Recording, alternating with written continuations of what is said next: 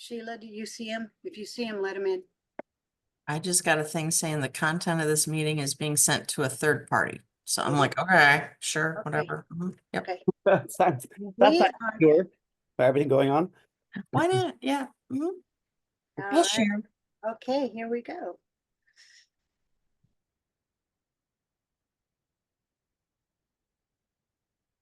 It's gonna open up any minute now. There. I'm not restreaming.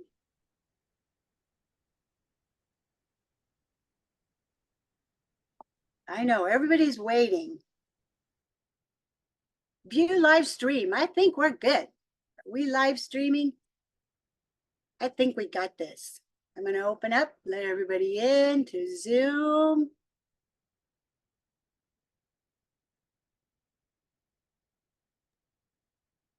Okay, sorry folks. Find Wayne yet? All right, here we go. Look at everybody. Sorry for the minute delay. Nettie, great to see you. Wayne, really good to see you.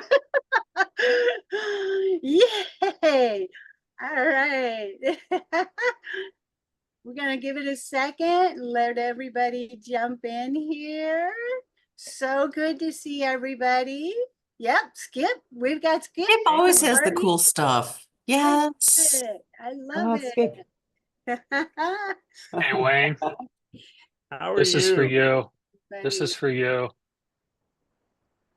Let me get it turned on. There you go.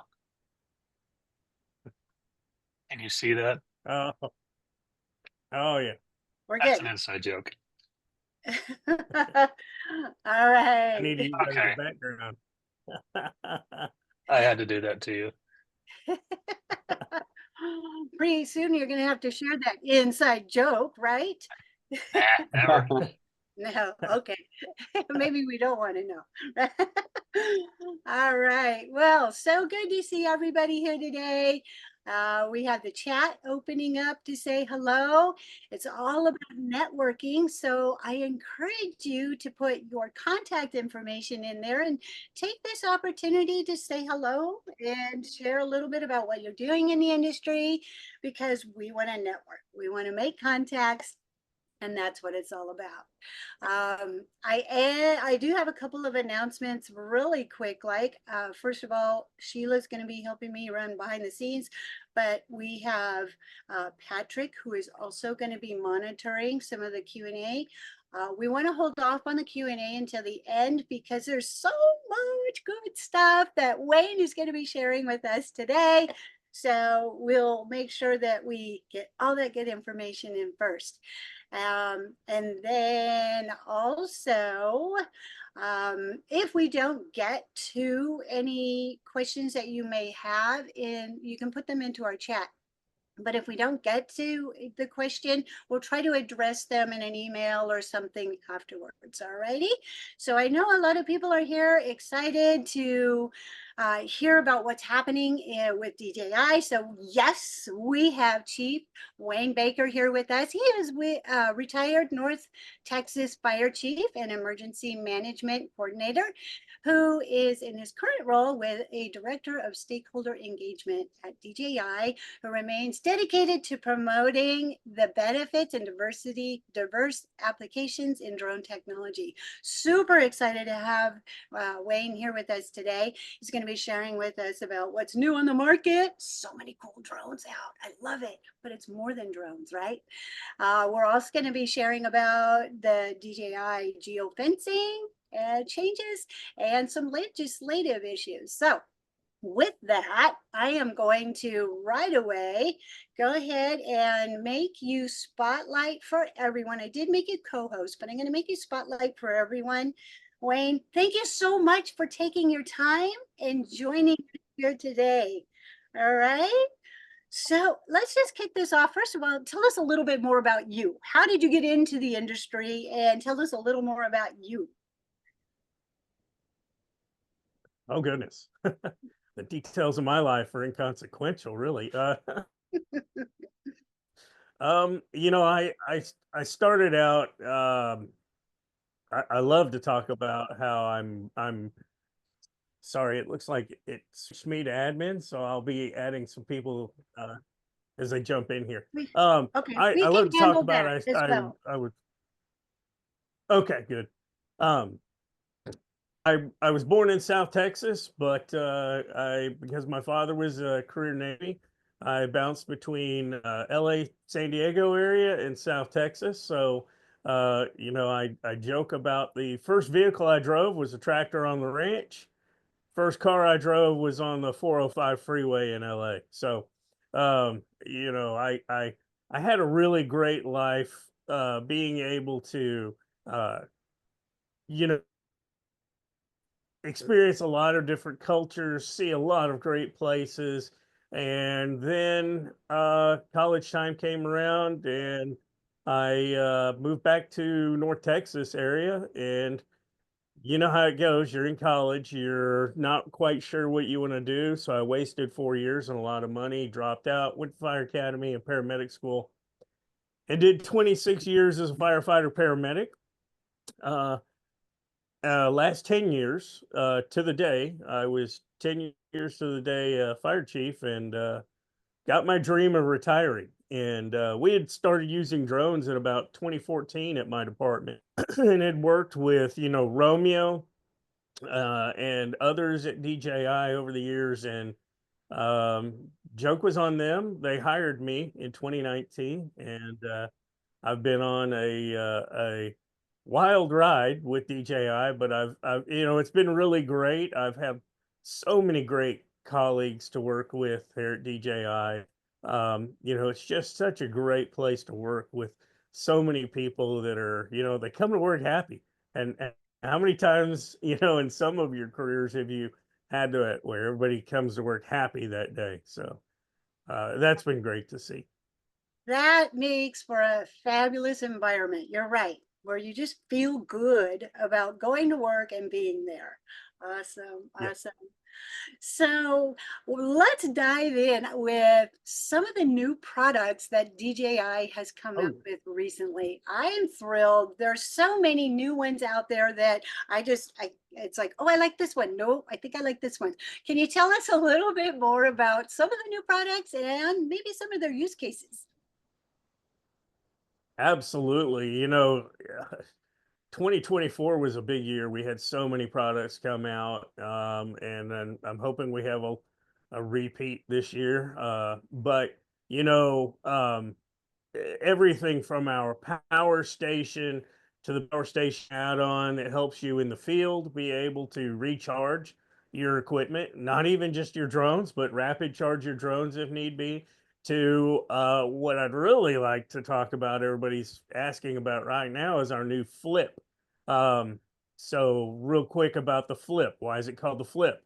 Well, because like some of our drones, it's foldable, excuse me, but it's foldable and already has prop guards. So when you unfold it, when you flip those arms out, it comes alive.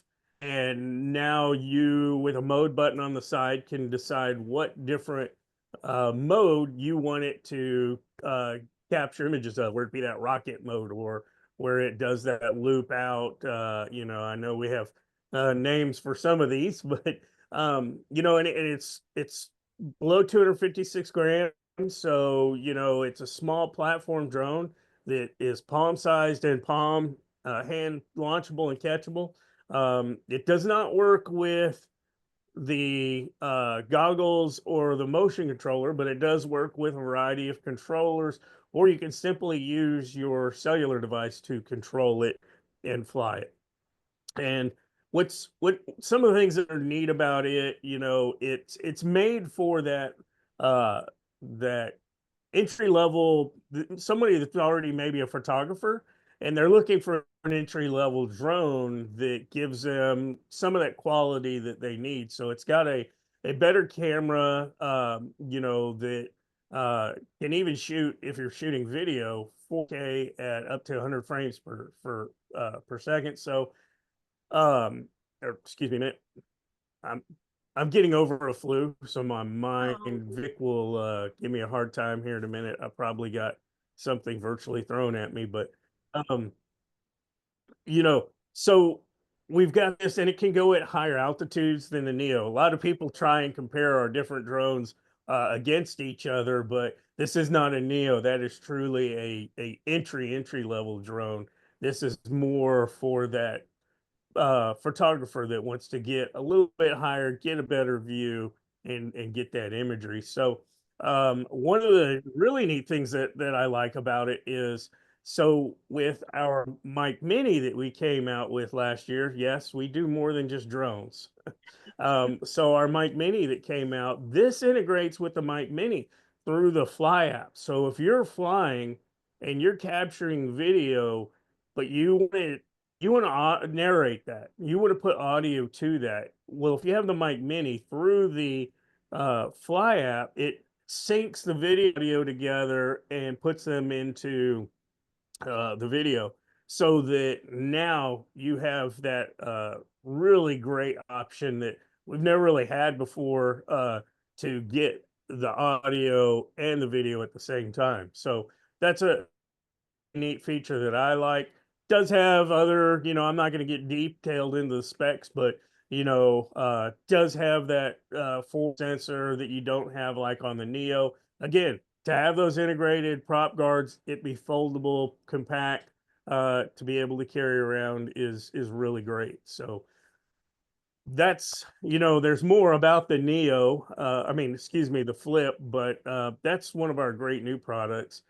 And then I know a lot of people on here want to know a little more about, first of all, why the Matrice? Why is, a Mavic now called a Matrice? And we did that. Our secret planning in that was, over the years, we've had the Enterprise series and we've had our consumer, prosumer series, and there's a lot of times been confusion on where that dividing line is. So to help with that, we've now going forward, all enterprise products will be Matrice. So in this case, our new flagship enterprise product is the Matrice 4. And so the Matrice 4 comes in two variants right now. It comes in the Matrice 4E enterprise version and the Matrice 4T thermal version. And again, there are so many specs on there. I won't get quite into detail on them. But with thermal, we get that 640, at a really good focal length. So you're getting really good detailed thermal imagery.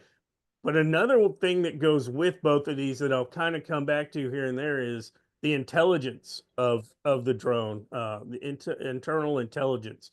And with that thermal, now the intelligence helps to enhance that imagery a little bit better. So, whether you're doing an inspection at, say, a solar farm, or your public safety looking for a missing child, you're getting greater levels of detail. So the thermal is really good. That's not really new. It has a wide angle camera. That's not really new. We've had these on the previous version. It has that telephoto zoom, which has increased some. But excuse me, one of the great things about that is, again, the intelligence. So now with that zoom on both versions, we have a foreground holding, to where if I'm trying to look at a part or a serial number, I can lock in on that foreground. And it's interesting because you'll see that background still maneuver around as the aircraft gets pushed around maybe by winds. But that foreground is staying steady and the intelligence is enhancing it a little bit.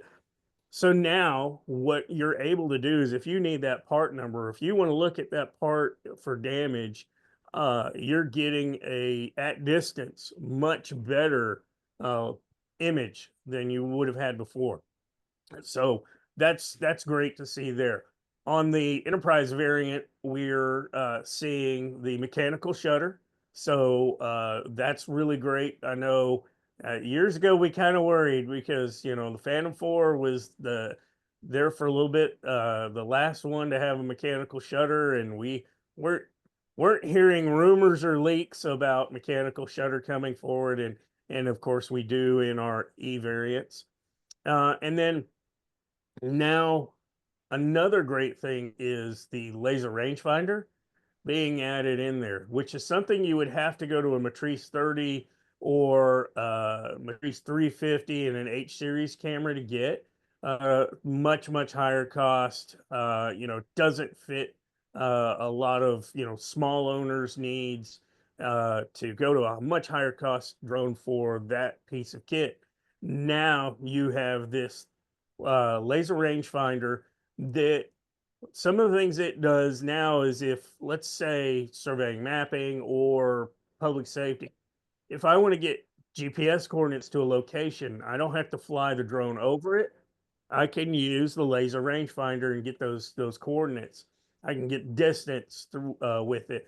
But then also, again, going to other uses, um, I can now drop pins utilizing the laser rangefinder. So uh, something that we could quite do again before with a smaller platform, we would have to have the drone directly over that location to drop that pin. But another feature again with that telephoto zoom, that laser rangefinder, is also the ability to identify, if it's a person, if it's a vehicle, or in conservation work. We've even seen with the intelligence ability to identify wildlife. That's going to be a great feature there as well. And then I know there's so many more features, but just a couple more to mention is the near IR, the now color night scene. That again, you would have to go to an H30T camera on a Matrice 350. So we're talking significant higher cost and size of equipment for a smaller operation. But now lower light, we're getting that really good night vision capability. And then the mapping, RTK3, the ability to again use that intelligence, and I'm not even going to scratch the surface on the mapping, because we, along with this, have a flight hub and pilot app 2 updates that go with this to enhance your mapping capability. But now you have intelligent mapping when it comes to making digital twins, modeling. So 2D is great, 3D is better, just because I'm a nerd and I like to be able to get in there and manipulate that imagery around. So the intelligent flight and mapping has improved so much to get different aspects rather than just simple obliques in there.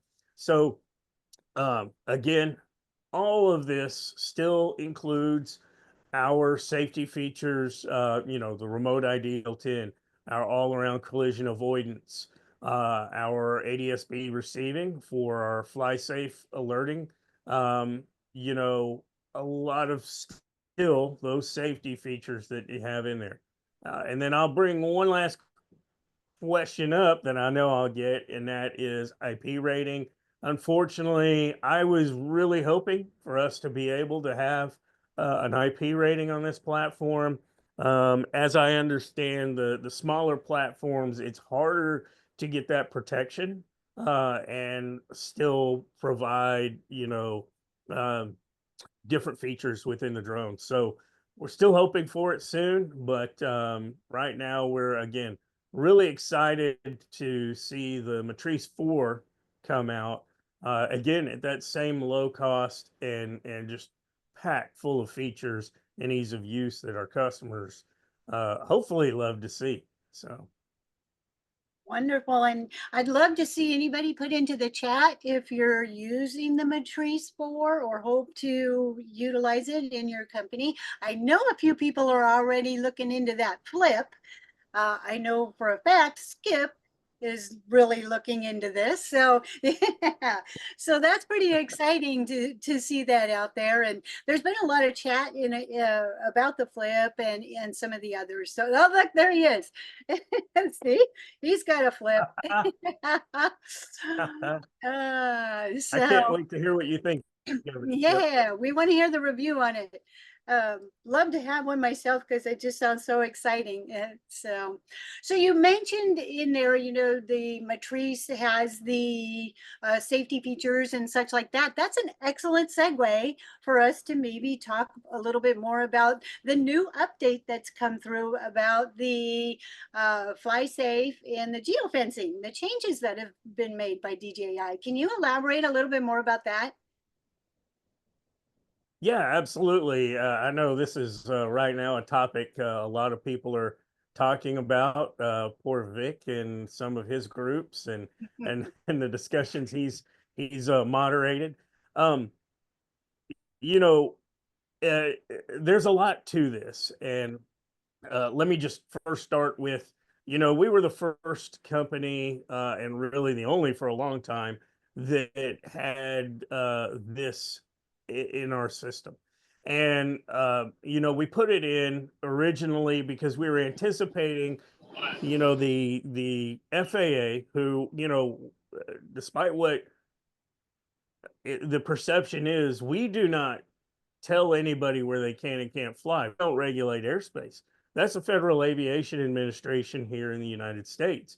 And so we were anticipating regulatory control measures in place. And unfortunately, and I'll get back to the FAA in a minute, but unfortunately, our system was just never foolproof. There were errors. I can tell you for a fact, close by me, uh, there was an area that was locked down to customers that was in the middle of Class G airspace that had nothing around it that really should have restricted that down.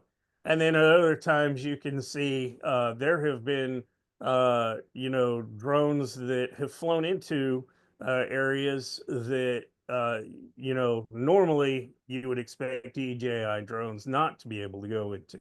So the system had other errors. It didn't sync with FAA. Um, you know, uh, Restricted airspace or prohibited airspace at times, and so that caused problems. And then the delays.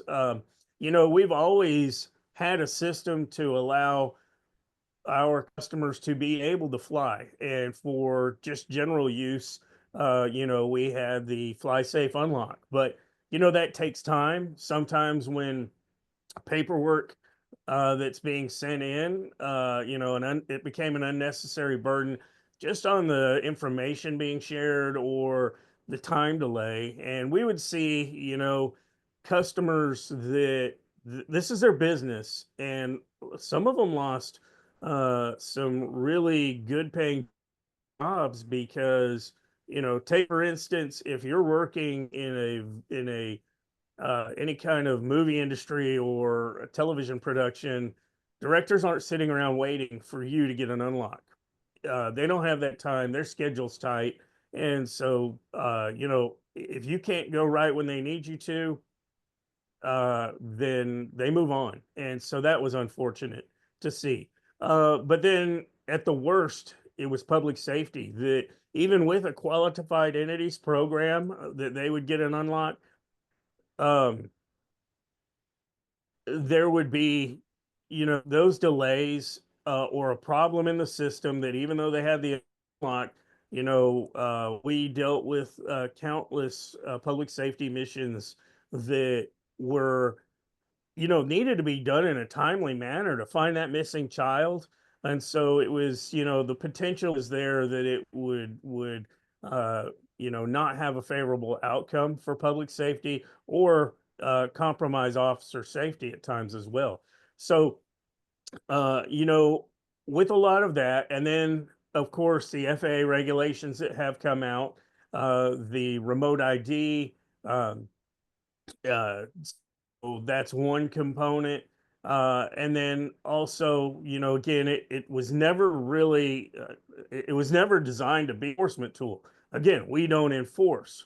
We are simply there trying to educate pilots that, hey, area that might be restricted or controlled airspace. And so, we had that there, and that is still in place. FlySafe did not go away. We made changes to the system, but you still have those areas that now do conform to FAA airspace, that you will have that warning zone that you still have to physically acknowledge as a pilot to say, yes, I'm going to fly here. So, we have updated the system really at the end of the day to allow our customers to have that freedom of use of the product that they've purchased.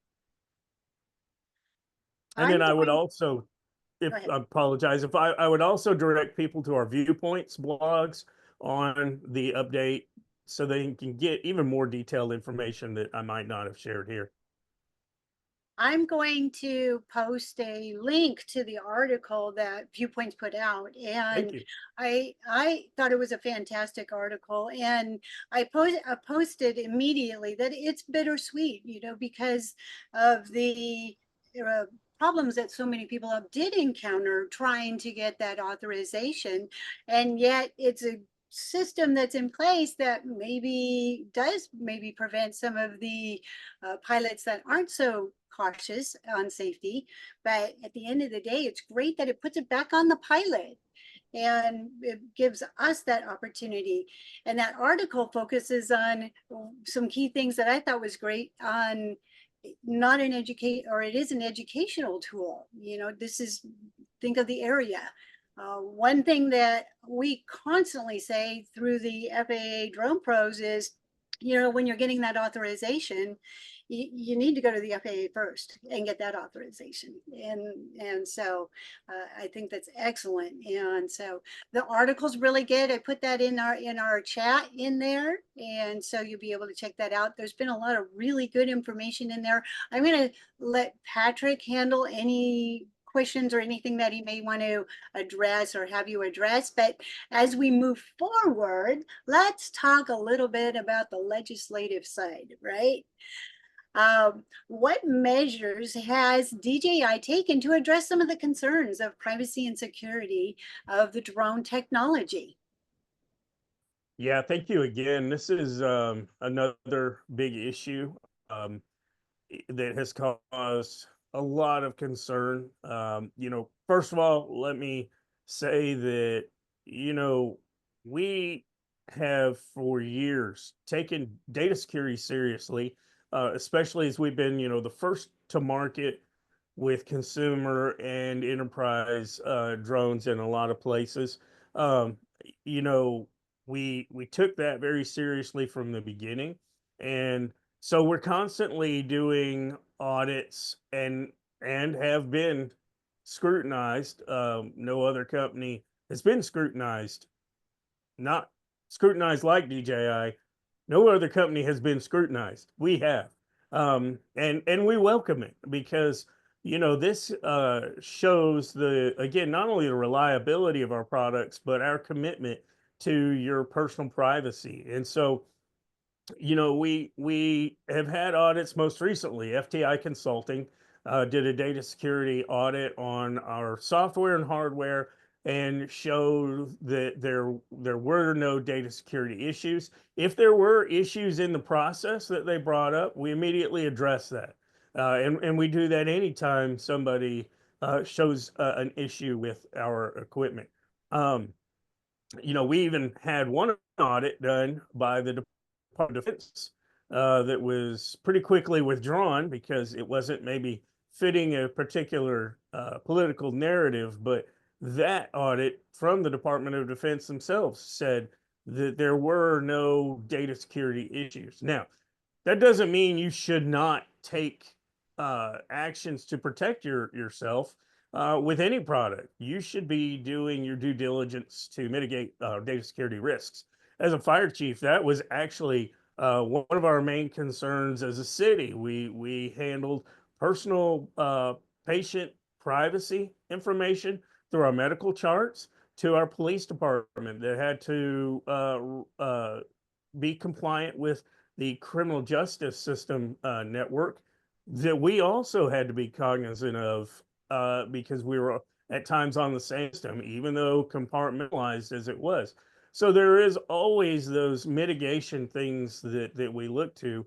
You know, I point, you know, we've pointed to the viewpoints. I point to our DJI Trust Center that details a lot of this and even details different ways with our product from, you know, simply turning the internet connection off to our local data mode, which is like airplane mode on your cell phone, to offline updates, various ways you can, you know, take to encrypting even your SD cards on your drone or wiping it if you're selling it or sending it in for repair back to factory mode. So a lot of different ways that our customers can protect themselves.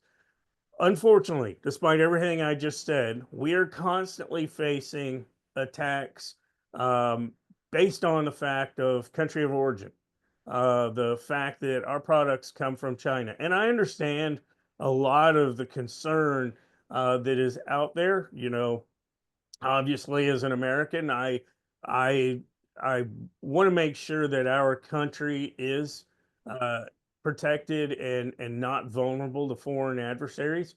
But I think at a certain point, a lot of the reason gets lost in the fervor of that, and so unfortunately, there are people that have taken advantage of that and have gone out, spoken to lawmakers who are hearing one side of the story and don't fully understand drone technology or the industry as a whole. And so with the limited information they have and the sky is falling you know, message that they're given, they're not able to fully comprehend what is going on. Again, the limitations of a drone. You know, for example, um, we're not getting your heart rate and your temperature through our drones.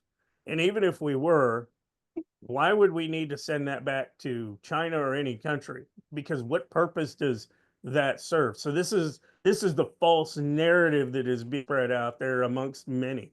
Um, and so how are we combating that is a good question to all of this, and that's through education. You know, really getting it out there, engaging and educating you, our loyal customers, so that we thank you for your loyalty and explaining the vulnerabilities that are there as you know, your freedom of choice of product is under attack in the United States, unfortunately, and DJI is one of those products that we're losing our freedom of choice or potentially could lose it over.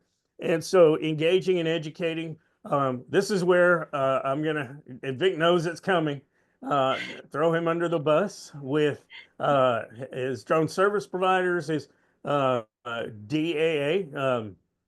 Uh, and my mind just went blank. I just know it DAA, and I can't remember all of it off the hand.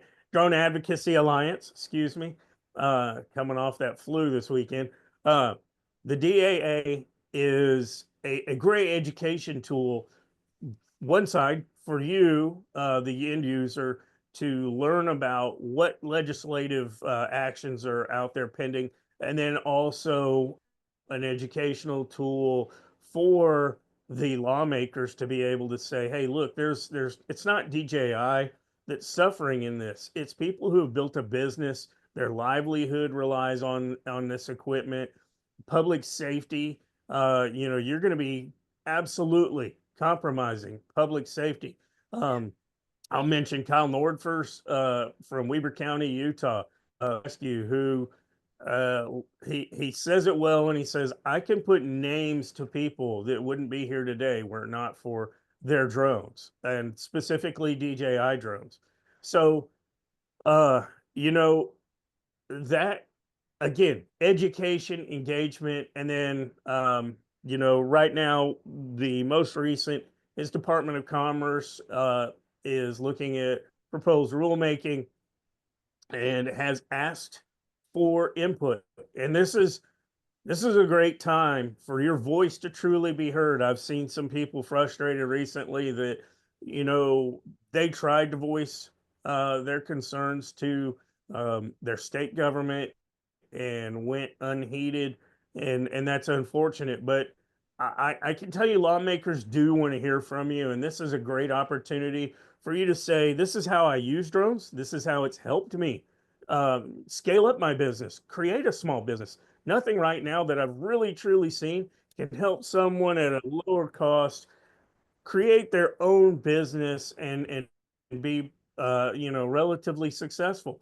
Um, and then also the harmful impacts that a ban could put on all of that.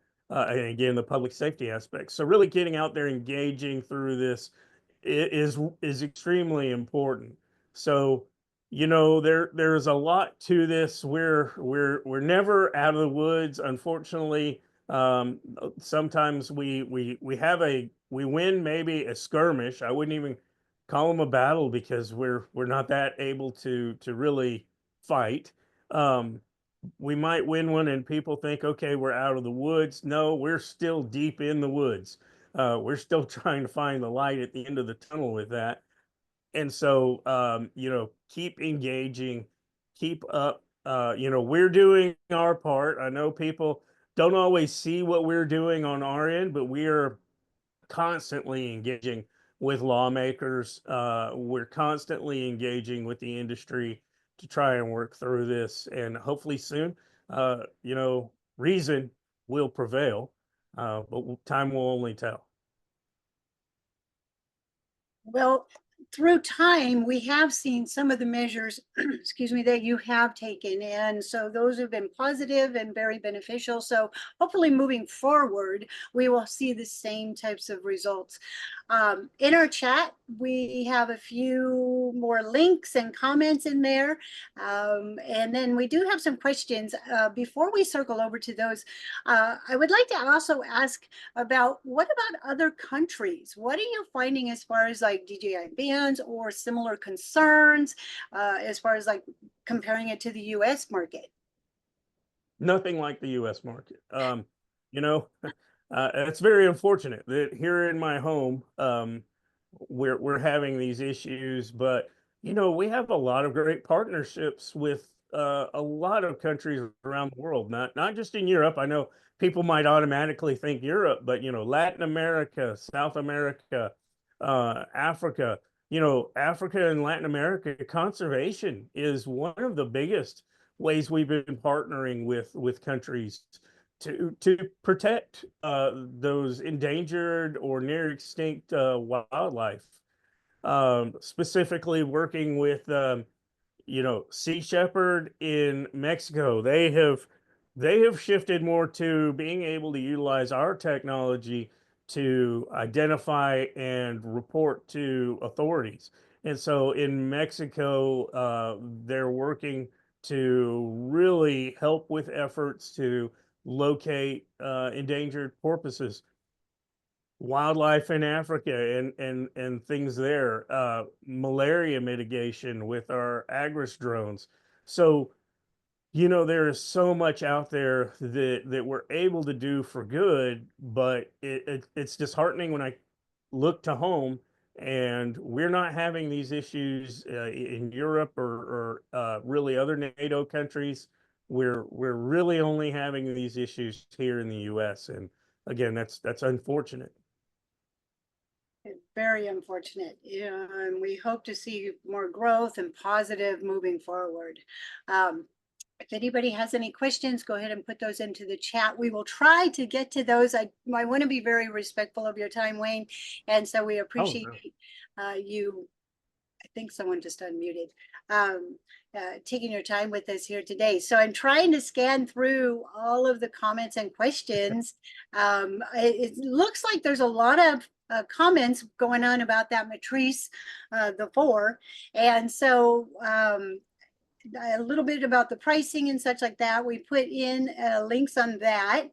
And then if you want to tell us a little bit more about the drone and capabilities, maybe trying to get our hands on one. Some people have ordered them already, which is awesome. And then I see on here about the RTK2. And I apologize. Some of the more detailed questions, I can only go so far. My nerdness only, unfortunately, because it is a new product, and I work with all the products that we have now. You know, used to, you could say I was pigeonholed into the enterprise and the public safety area. And now, one of the great things about the shift when I moved over to the PR team has been that I get to work with all the products now, and so that's great. I actually get told things now, so I have to thank my boss for that, and Patrick, who's on here, who's my colleague, and you know. I did see one question. I've been trying to watch as I talk because I have ADD and can sometimes multitask pretty well. Travis asked about QEP, going back to the fly safe. Now you shouldn't have to worry about even dealing with QEP as public safety, because now you'll have that ability to acknowledge what area you're in and take off. Again, though, if you have issues, Grant Hostica from our solutions engineering team and I are there to help as best we can. You know, can't always guarantee in the middle of the night that I'm usually up pretty late, you know, because of calls with around the world, but you might catch me and then you might not, but we're always still there to help. Absolutely. Awesome, awesome. Sheila asked about, will DJI show more ads in 2025 showing more drone benefits, first responders, life-saving, and etc.? So that's great.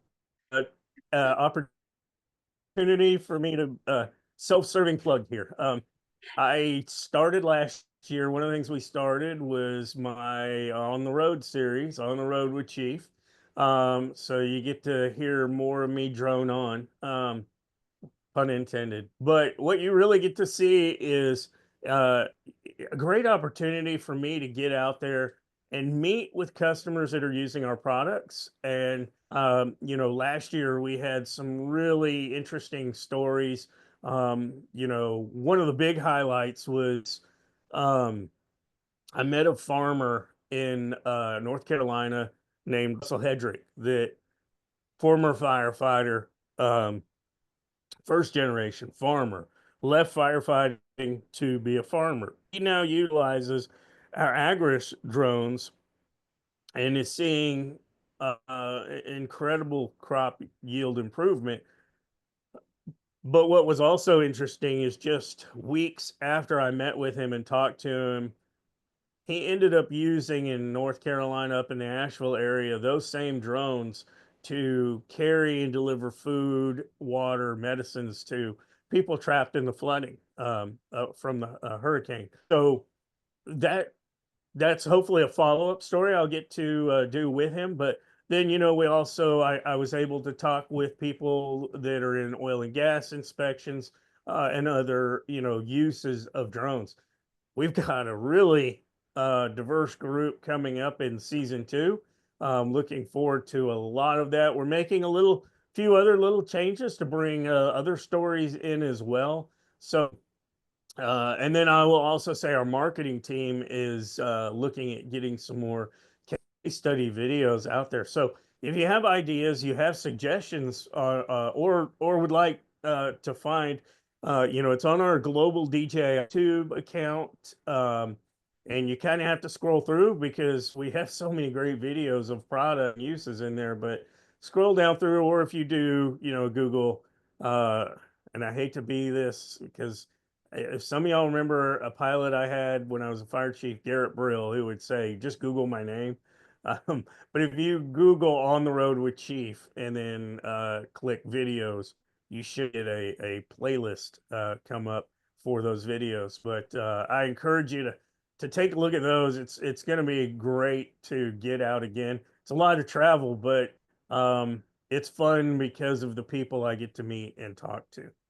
That's exciting. So we did actually, Patrick was able to find it and put a link in there for us. So I encourage Oh, great. everybody to click on that. That's for sure. Vic asked about, will you be here in Denver for Geo Week, Chief?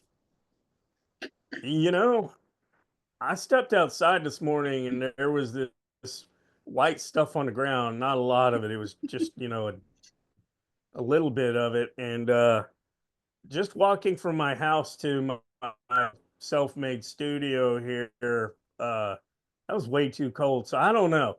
I got tricked into going to Illinois a couple of days ago and got the flu. So I will see. We were discussing this morning the Geo Week. So hopefully I can get up there. We will see.